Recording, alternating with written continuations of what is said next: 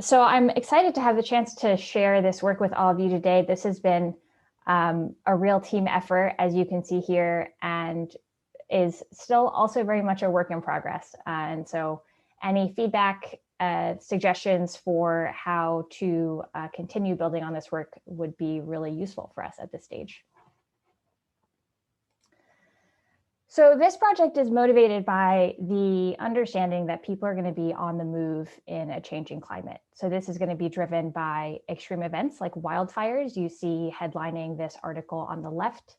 It's also going to be driven by slow moving changes like sea level rise. So on the right, you can see a figure from a paper estimating the number of people in the United States who are likely to be displaced by sea level rise.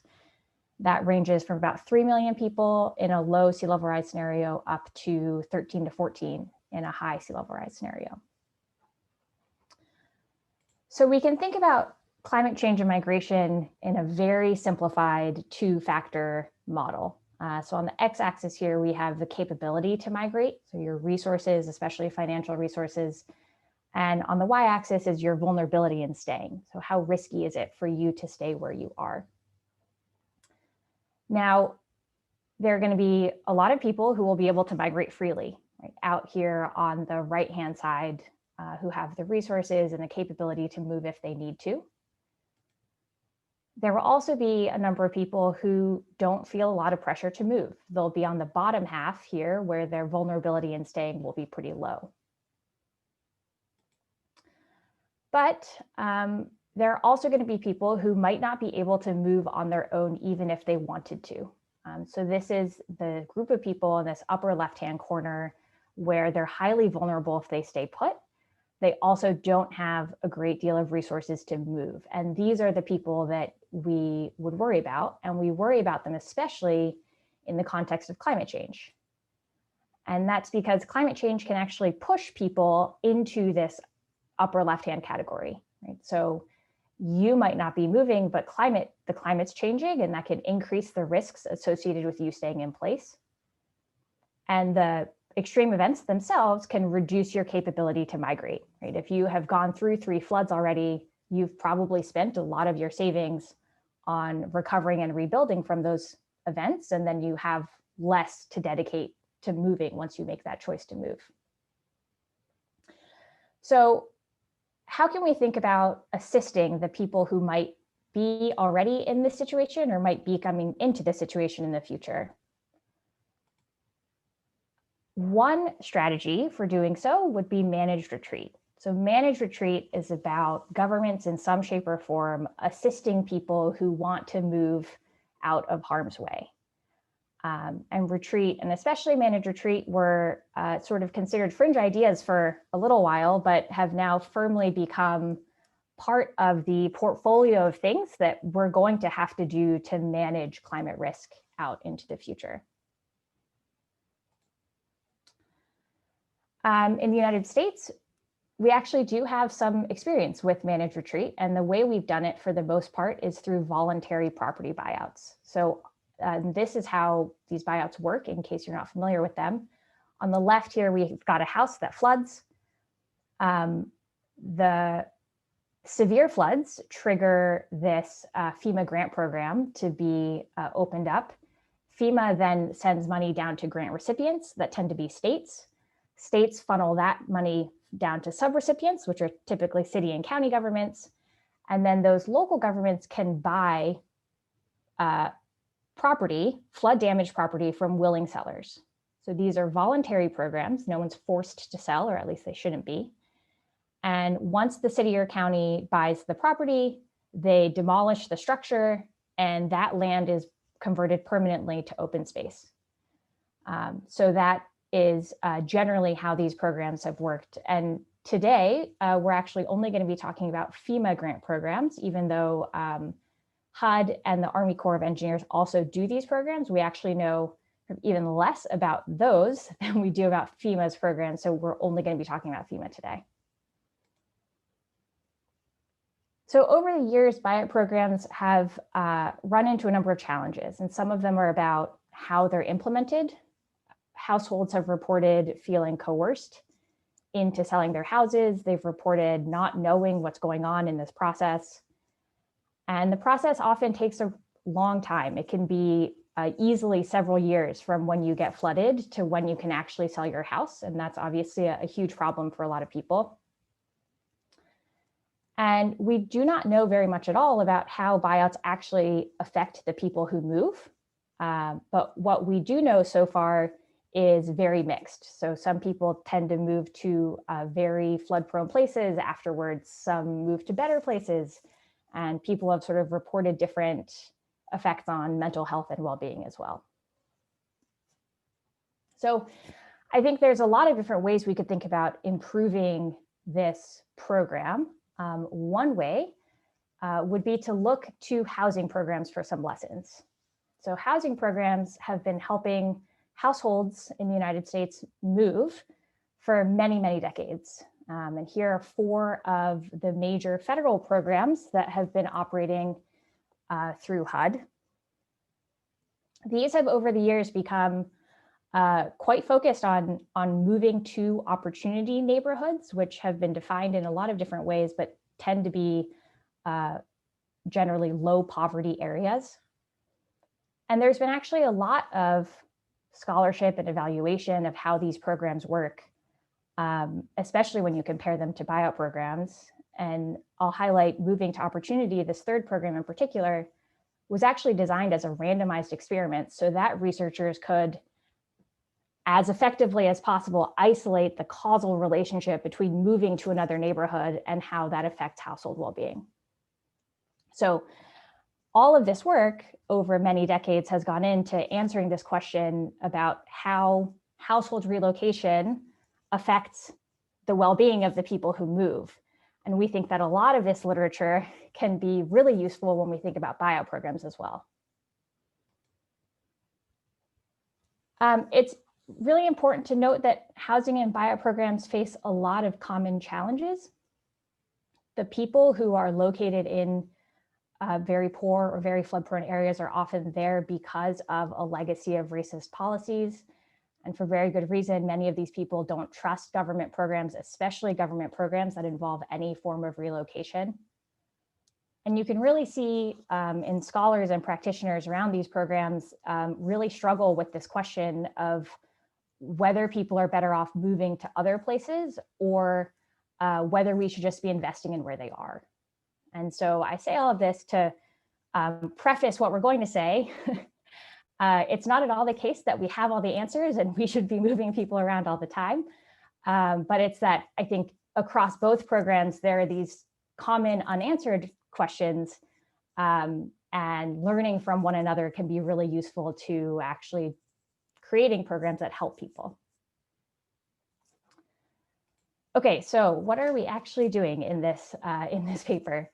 We are trying to take on 2 research questions. So the first is about how housing programs facilitate moves to opportunity and to what extent buyout programs do those things. So this is about procedure and processes. And second, we actually want to look at outcomes. So do buyout programs lead to moves to opportunity? And if so, when? For this first question, we're going to draw on a review of the housing literature to actually find out what housing programs have done to encourage moves to opportunity. We also reviewed government websites for 75 different municipalities that have implemented buyouts. Again, these are FEMA buyouts. And our literature review of buyouts turned up 28 additional programs that we evaluated as well. So a caveat here is that what we're reporting is what we can find that has been documented. And so we, of course, do not know exactly how buyout programs are operating everywhere. And lack of reporting on what they're doing is actually going to be reflected in what we're able to find here. So we find that housing programs have adopted a number of different support strategies for the households who are moving. So many of them, for instance, have a case manager who is assigned to the household from day one and meets with them all the way through till after they've moved, right, to see how things are going. There are both non-financial and financial resources for relocation. A lot of attention given to how households look for replacement housing. So they'll take people to potential neighborhoods, take them to visit specific places, talk to them about school quality and so forth. And then there are also a number of accompanying training and support programs. So this could be about household finances and budgeting, career counseling, or help with transportation if you've moved, for instance, out of a city and you don't have access to public transit anymore. And then finally, some attention, there's been a lot of effort to figure out how to sustain positive relationships from that neighborhood people are moving from, and also to build productive new relationships in the places that people are moving to. And so some programs actually build that in as part of what they do when they help households move. Buyout programs generally do very few of these things. So in the dozens of programs that we were able to review, we find very few where a case manager is actually assigned to a household. We also see very few that offer some form of non-financial relocation assistance in the process. We actually find a fair number that provide some sort of additional financial assistance. And so the buyout households get paid for the property. And in many cases, programs will also have some sort of relocation bonus. And that might be if you move within the same city, or if you a certain share of your neighbors also move, then you get some percentage bonus added on to the value of your property. We find virtually no additional assistance programs for people in buyout programs, though we do find that a decent number of buyout programs have at least thought about constructing replacement housing in the municipality. We don't consistently find that that new housing is actually allocated for the people who are bought out. So perhaps to some extent, it's helping sustain those social ties. It might also just be about maintaining a housing stock in the municipality. Okay, so the next question is, where do people go when they get bought out? So we collected and cleaned a data set on where buyouts have occurred in North Carolina. And then we paired that with data from a credit agency on address histories. So we were able to identify who was living there when that property was bought out, track them to their next residence, and then compare the neighborhoods that they moved from and moved to. And I'll note that we're still working on this. And so I'm pretty confident in the main takeaways here, but don't squint at the numbers too hard because those might change over time. So to give you a sense, here are where buyouts have occurred in North Carolina. This is about 3,500 buyouts dating from 1990 through to 2018. You can see there's a lot of geographic variation, which is useful for us if we're interested in urban versus rural buyout households. A number of the buyouts have been in low-income minority neighborhoods. On the left here is the census block group data on percent minority. So you can see that for actually almost a quarter of our buyouts have occurred in block groups that were 100% minority. And on the right is the poverty rate in the block group. And so again, you can see a good number of block groups that are 25, 30, 35% below the poverty line. So buyout participants are generally going to be homeowners. There are perhaps a few tenants who are moving, but they do differ from housing aid recipients in that very important way. But there are also similarities as well in terms of the demographics of who tends to be involved in these programs. Okay, so the good news is, on average, we find buyout households moving to higher opportunity neighborhoods. So here, the buyout neighborhood, the origin is on the left and the destination's on the right. We define opportunity neighborhoods as block groups with less than a 25% poverty rate. So those are the green boxes, and non-opportunity neighborhoods that are relatively poor are these orange boxes. So overall, about 64% of our buyout households start in opportunity neighborhoods and 77% end in buyout neighborhoods. So that means that overall, people are living in lower poverty neighborhoods on the whole. But there's a lot of variation within this. So we actually have a number of households that are going from opportunity to non-opportunity neighborhoods, and 15% of households that stay in non-opportunity neighborhoods.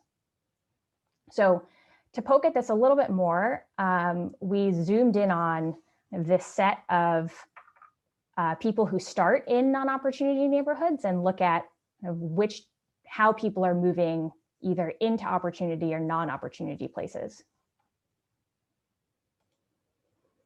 And one thing that jumps out immediately is that opportunity movers tend to be going farther. And so here is the move distance. And you can see that for both groups, actually, most people are making very short moves. This bar on the left is 5 miles or less. But as you move out to the right with the opportunity moves, you have this really long tail of people moving larger distances, which drags the mean move out to about 20 miles.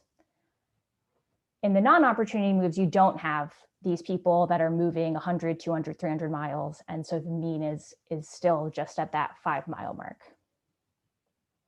And you can actually see this on a map pretty easily. So I realize this map looks crazy. It is not as crazy as it looks, I promise.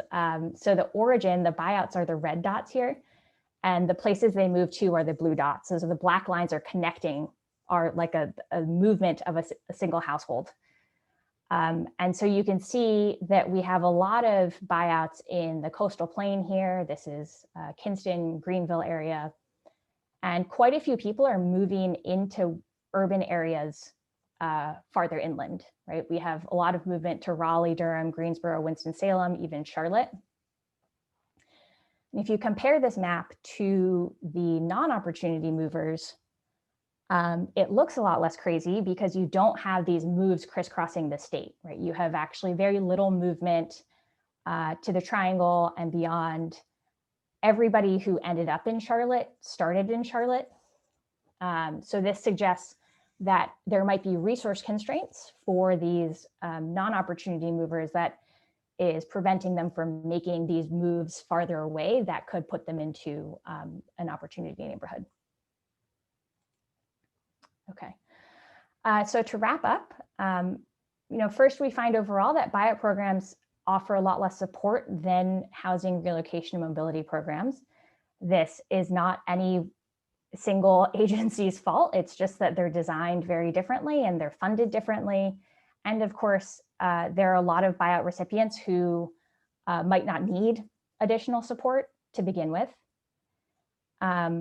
On average, buyout movers are going to higher opportunity neighborhoods, so that's a really good sign.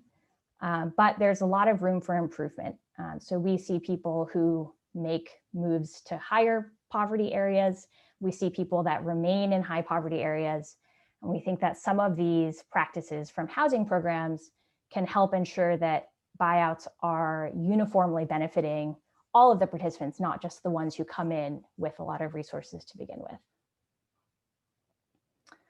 And with that, I will close and look forward to your questions.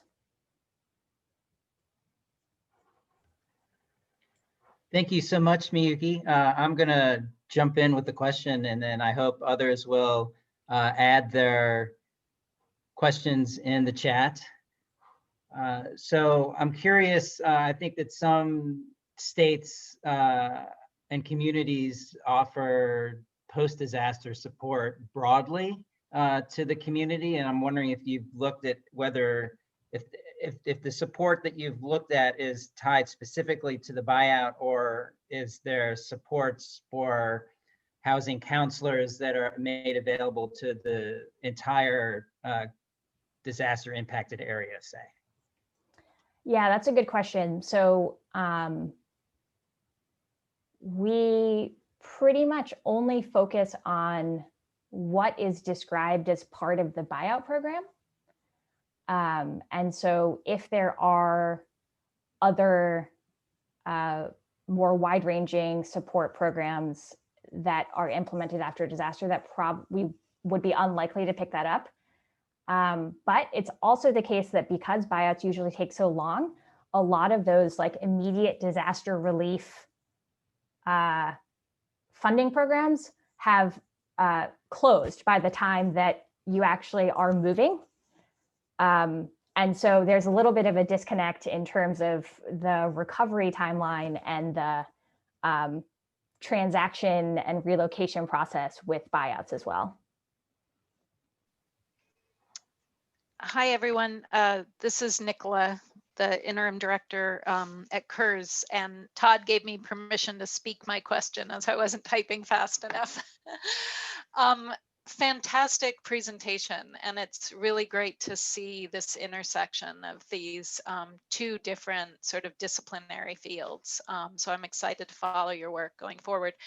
So I had join my class this semester to sort of teach me and my students about housing policy. And one of the things we learned from the discussion with her is that there's this distinction between opportunity neighborhoods and I think what are called promise neighborhoods. And with that latter really being about investing so that people can stay in place as opposed to just relocating populations. And so I'm hoping you can help me understand how that insight might translate to this. Could staying in a low opportunity area become the sort of political spark, if you will, for actually pushing for investments in these high risk areas through better infrastructure, through better housing stock, and in ways that actually means people don't have to leave, especially if these are historic Black communities, say, or places that have this deep community base.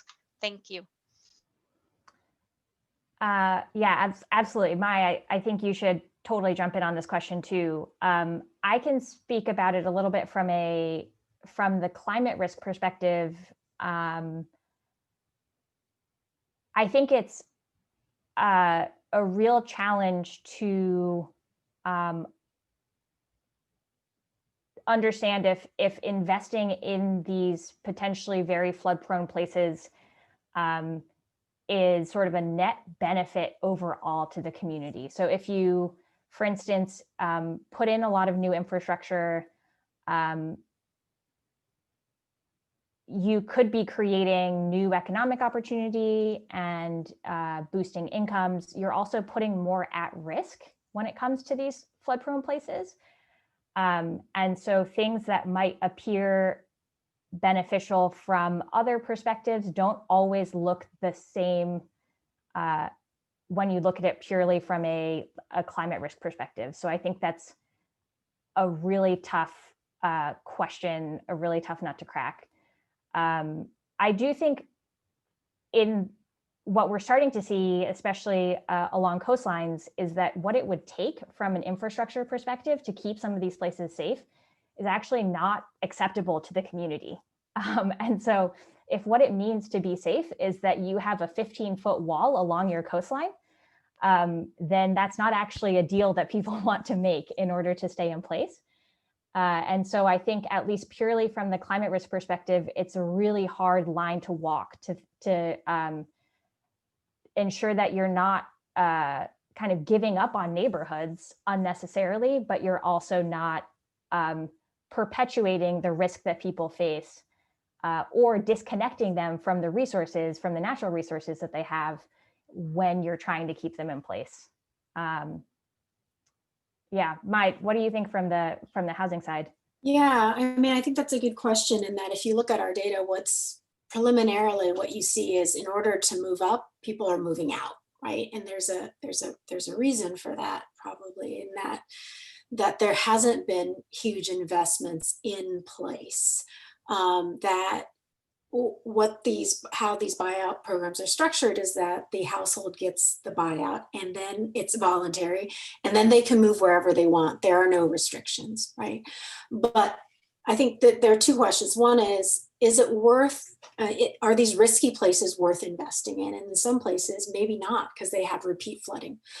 But if there are safe if they're safe lands, they're safe ground for people to move in. The other question is, should they invest in relocating the entire community or a big portion of the community that are living in low-lying areas to higher ground? And that takes a huge investment and lots of planning and layering all different types of funding. It's a very complex process. And they've tried to do it in Princeville. And as Gavin, I see Gavin, who's on the call, knows, I mean, we tried to work in Princeville to do this, and it's politically challenging, it's economically challenging. People change, it takes years. And so I think that we need to have that framework ahead of time. And if we want to be investing in whole community relocations, rather than on the back end after a disaster, right? We need to put planning processes in place to identify suitable land, to already have a relocation plan in place so that it can actually be successful after a disaster. Yeah, and I think there is another hurdle, which is, helping communities think about themselves as people and not necessarily attached to the place where they are.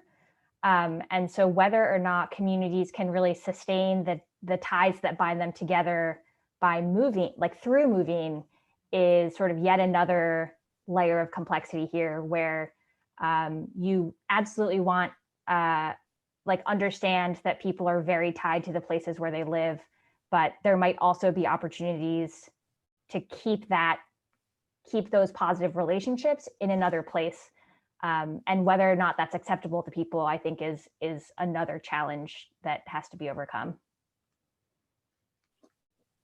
And the other complexity is every community is different, right? They may want different things. So you have to incorporate what they want as well.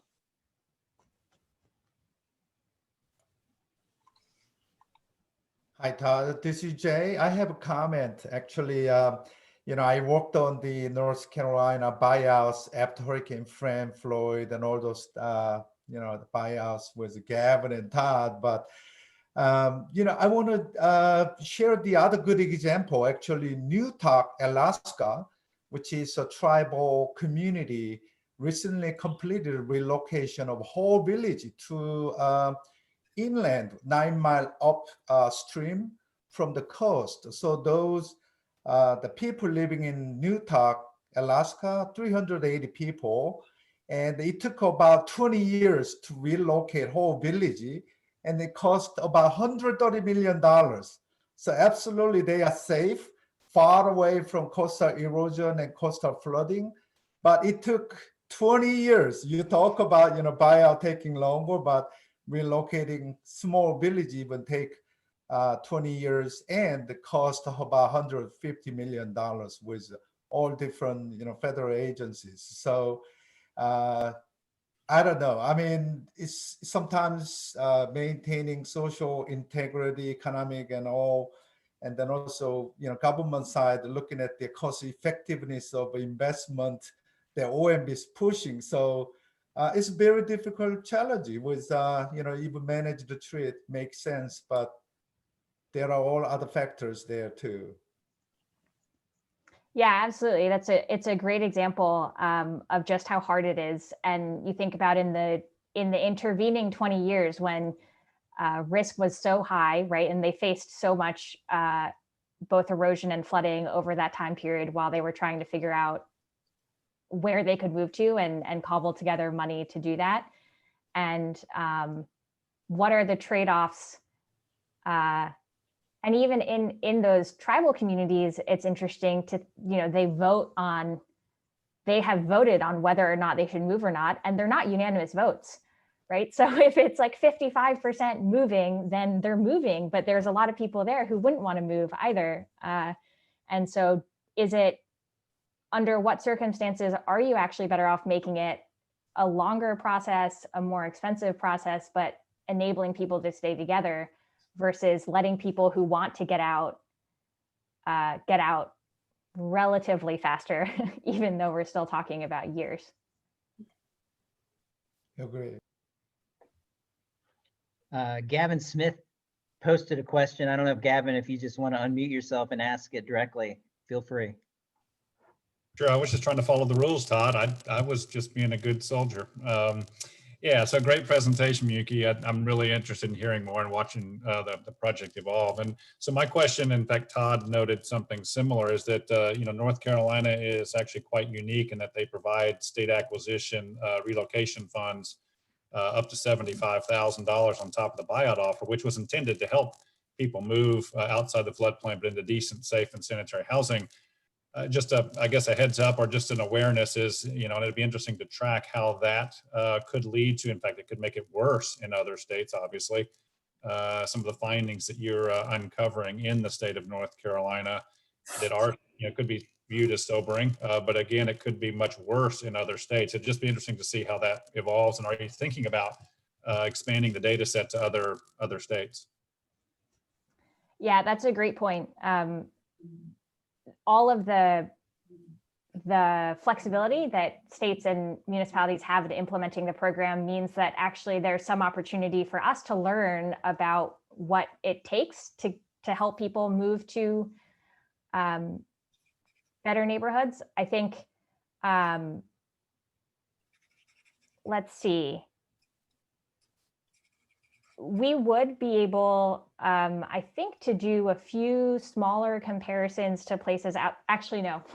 Well, so people have tried to do this in other places, and there's a growing amount of data from other buyout programs in other places. But I think in terms of isolating or trying to infer something about the effect of the SARF funds, we might need.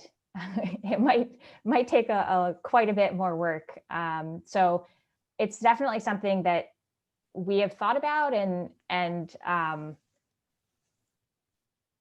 even within North Carolina, variation in the timing and where people, which cities people were coming from when they moved, and so forth. There's a lot there to dig into as well. So hopefully eventually we get to a place where we have enough data in enough different places that we can try to understand the effect of SARF, both on who actually participated in the program, right? Because that extra money might have pushed some households to sell when they wouldn't have otherwise. And then also if it changed their options in terms of where to go. And so it's down the line, but it would be a lot of fun to look into for sure. I mean, these programs haven't tracked where people have gone, and that's the challenge, right? So we're kind of putting together different data sets in order to do this. So there's that. It's hard to know because this hasn't been done elsewhere. The second thing is North Carolina is unique in a number of ways. So if you look at our data, a lot of these buyouts are occurring in minority neighborhoods and in lower income neighborhoods. And what SARF, for those of you who aren't familiar, the state kind of tops up the fair market value of your home up to after Floyd, up to $75,000. So you are able to buy a home elsewhere that is comparable at market rate, because many of these buyouts were done in distressed communities. And so that's maybe why you're seeing these long distance move, is that SARF is allowing for people to move out of Kinston and move to Charlotte and move to Raleigh and be able to afford to do that. Now, if we did this in another state, the question is whether or not buyouts are occurring in low income minority communities to start off with, and whether or not they have any state sort of support top up for relocation. And what we've seen thus far is that's not the case, that other states are not doing what North Carolina is doing. So you could maybe hypothesize that people who are receiving buyouts have to stay within the same sort of housing market because they're have to buy a house that is at market value of their own home, right? If they're not getting a top up. So the patterns might be different in other states. We don't know, but that's what I would guess is happening. I'll jump in there, Todd, if no one else is going to. Again, that's really exciting research that you all are doing, and maybe we can talk offline. I know, Mai, it's been a while since we've chatted, but we're doing an international comparative study of buyouts in the US, Australia, and New Zealand through a lot of interviews with administrators of these programs. And so a couple of journal articles and reports to FEMA and other things are in review stage right now, and I'm happy to share those with you. But also maybe we could talk through some of these issues. For example, you were talking about the challenges with lengthy buyout timelines in Australia. You might just want to check out Grantham. You may know of Grantham, Australia, where they relocated the entire town in less than a year. Actually quite unique, but all sorts of other issues that are different. In fact, that's one of the things we're uncovering in New Zealand, is that New Zealand doesn't have a buyout program per se, but rather they modify existing federal or national laws to suit the conditions that when the disaster occurs, which is actually interesting and very different from what we do here, which you alluded to, which is a hyper bureaucratic, difficult to administer program that's been around for some time, but it's still a mess, as you kind of alluded to. So anyway, some interesting lessons that are emerging from New Zealand. Yeah, some other work that I'm doing is looking at the administration of HMGP, and it might be interesting to do a comparative analysis just because it is highly bureaucratic here and top down, whereas in other places like Australia, it may be different. And so, you know, looking at the differences in how that affects timelines and potentially success of buyout programs, or at least satisfaction from buyout participants, might be interesting. I'll jump in. I know that Allison Freeman had a question about a little more depth about the opportunity neighborhoods, and maybe you could address that. But I'll just also throw out there that after in North Carolina, we had, we've had a succession of hurricanes that have impacted the same communities, and often once those communities have been hit 2 or 3 times, the process tends to move faster. And I think people's experience with the program and maybe where they move also is impacted. So I'm wondering if you're considering whether the buyout has happened in a place that had previous buyouts, and whether that is impacting your findings at all. Yeah, that's a great question. So on the opportunity question, I think at the moment we're adopting a pretty simple definition of opportunity and just using poverty rate to define it. It's been defined a lot of different ways by housing scholars. And so I think there are a lot of different ways you could think about it. And at the moment, we're sort of just defaulting to the simple definition. In terms of repeat experience, that did not make it into this presentation, but I do think that the one advantage that housing programs have is that they are standing programs, right? They exist years on end, and there's an opportunity to for the staff in public housing authorities to learn, to experiment, to improve. Whereas a lot of local officials might do a buyout once in their 30 years or whatever it might be in that place. And there is no feedback mechanism. There's no passing on of that institutional knowledge. There's no opportunity to try new things and see how it works. And so there is definitely a lack of learning just structurally, because buyout programs like come into existence and then they disappear, and you deal with that randomness from when events occur. I think we certainly can look at, for instance, Charlotte, which has a standing buyout program. It doesn't, the buyouts that happen in Charlotte do not have to be triggered by a specific flood event. And they've just been doing them consistently over time, compared to places that got hit once, compared to places that have gotten hit multiple times. I think we might start to have some sample size constraints, but I do think both in terms of the administration side, and I know Mai has found some of this in her work separately on how to administer buyouts, but also in terms of people's level of concern about flood risk and how that might affect where they move. I think we might see differences on both counts. I'll just say we did measure opportunity in a number of different ways. We just didn't report it here. We thought we had 15 minutes and simplified it, but we do measure all sorts of neighborhood level indicators. And, you know, we're working through kind of how best to maybe create an index or choosing a select number of measures to actually highlight opportunity.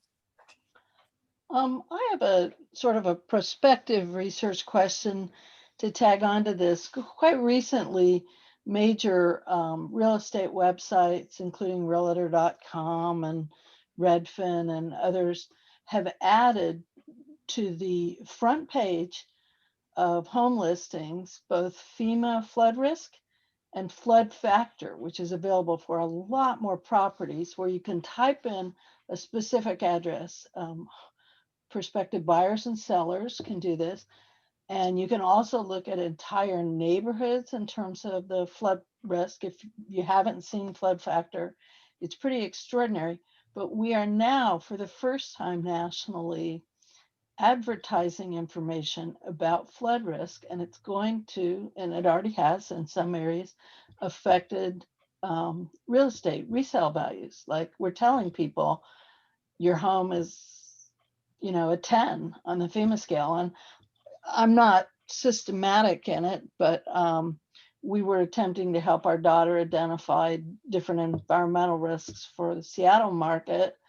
And she closed early this month, and houses that she looked at that had any flood risk greater than 1 on this flood factor have all flooded. Seattle provided the natural experiment. They had a perfect storm about 3 or 4 weeks ago. And I, of course, went to various neighborhood listservs, and people were screaming about, clear your storm drains. It's flooding in my driveway. It's going to be in my front door. It was actually pretty dramatic piece of information, because it has simultaneously occurred with this extraordinarily consumer-friendly data about, you know, how it might affect flood prices. Not consistent yet by any means, but people have got to be paying attention to something that's actually says new on the realtor homepage, and seems consistent with all the addresses that I've checked. My students in my Rising Waters class have checked properties that they're familiar with, and a lot of them are from coastal North Carolina or South Carolina or Florida, and are very interested in this because they have flood experience. So I'm just sort of wondering what this might do to the magnitude of people's willingness to participate in buyout programs, and how, you know, you talked earlier, I think it's terrific about, like, we should have these programs in place in advance, right? We shouldn't be doing this in the wake of the crisis of a flood. So this real estate ranking, according to this one variable, is now making that, I think, a greater reality. It's certainly affecting the seller's market, right? So if there's a possibility of sort of thinking about what the magnitude of response would be and how it might be incorporated into sort of future looks at what could happen to voluntary flood buyout programs. So long-winded question, but I think this is absolutely fabulous work. Miyuki, just absolutely wonderful. And I think it could be greatly affected by this development in real estate advertising. Thanks, Rachel. Yeah, it is. It's been really interesting to see just over time how real estate markets have responded to different sources of information about flood risk, both present and future. I think, so first, it's important just to say that we don't actually observe underlying demand for buyouts, right? So what we observe is the number of people who get bought out, but that's a function of a whole bunch of things. That's where the disaster hit, how much money became available, which municipalities decided to participate, how they decided who was eligible, and then household demand. And so it is totally possible that there are tens of thousands of households out there right now who would take a buyout if they got offered it. And we just don't know that because of the structure of, well, in particular, what data gets recorded. We just don't know. And so I think that's, we actually don't see an increasing trend in buyout numbers across the United States over time, but that does not necessarily mean that people don't want to be bought out, right? That just means that we are only observing this end product of a very complicated set of choices. I think that the question of real estate markets and how they intersect with buyouts is pretty complicated, because the challenge with real estate markets, and as flood-prone properties become lower value over time, first, right, just because they're lower price doesn't mean that people aren't living in them. And so you could actually see more concentration of relatively lower income people in flood-prone houses if the market values drop there. We also know that people who are wealthier or potentially buying second or investment properties are going to be more likely to have the resources to look at flood risk, both present and future, and take that into account. And so I do think there's a threat, a risk there, that what we see over time is whoever can leave leaves, and the people who can't leave are the ones who are stuck there. If, you know, whether or not buyouts are the way that we tackle that, I think is a very open question, and ultimately going to be, again, driven by the sequence of choices across levels of government. I do think that if we think buyouts are part of the answer, we need to get much better at doing them than we are right now. And so that's part of why I think working on this program is important, even though it's certainly not going to be the answer for instance, right, those 3 to 5 to 10 million Americans whose homes might be inundated by sea level rise. And so I think it's really complicated with how we, like, whether changes in the real estate market are going to change who's at risk versus risk overall.